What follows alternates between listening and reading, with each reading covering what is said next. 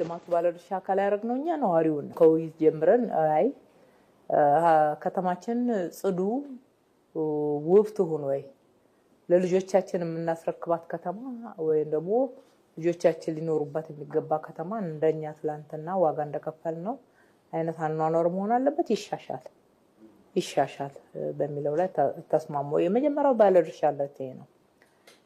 ሁለተኛ ስናነሳቸው ነገሮችን በውይይት ነው ወሰነው። ውይይቱ ላይ ድርሻቸው ድምጻቸው እንዲሰማ ነው ያደረግነው። ሐሳባቸው እንዲካተት ነው ያደረግነው። በሚሰራበት አካባቢ ያሉ ነዋሪዎች ደግሞ ቡና ያቀርባሉ፣ ምግብ ይጋብዛሉ፣ ያበረታታሉ፣ አስተያየት ይሰጣሉ የሚሰራው ስራ ላይ። ይሄ እንደዚህ ቢሆን አይሻልም ወይ? በዚህ መልኩ በሰሩት አንዳንድ ያልገባቸውን ደግሞ የሚሰራው ምንድነው ለምን ይጠቅማል እያሉ ሐሳባቸውን ጭምር ሲያዋጡ ማየት ይችላል። ከዚህ በተጨማሪ አንዳንድ ስራዎች ደግሞ ስፖንሰር ተደርገው ተወስደው ነው የተሰሩት።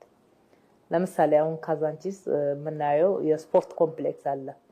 የባስኬት ቦል ያለው፣ የሃንድ ቦል ያለው፣ የልጆች መጫወቻ፣ ከዛ የመቀየሪያ የልብስ የመታጠቢያ ክፍሎች፣ መጸዳጃዎች ሆነው እንደገና ደግሞ ትልቅ እግር ኳስ አለ። አንድ ባለሀብት ነው ይሄን ስፖንሰር ያደረገው ሙሉ ዋጋውን የሸፈነው ወይም ደግሞ በጀቱን የሸፈነው አንድ ባለሀብት ነው። በዛም እዚህም የህፃናት መጫወቻዎች ተሰርተዋል። ከዚህም ባለፈ አሁን የወንዞች ዳርቻ ስናይ እንደምሳሌ ብንወስድ እስከ 1 ቢሊዮን ድረስ የሚያወጣ ስራን እየሰራ ያለ ባለሀብት አለ። በራሱ ወጪ ሸፍነው ማለት ነው።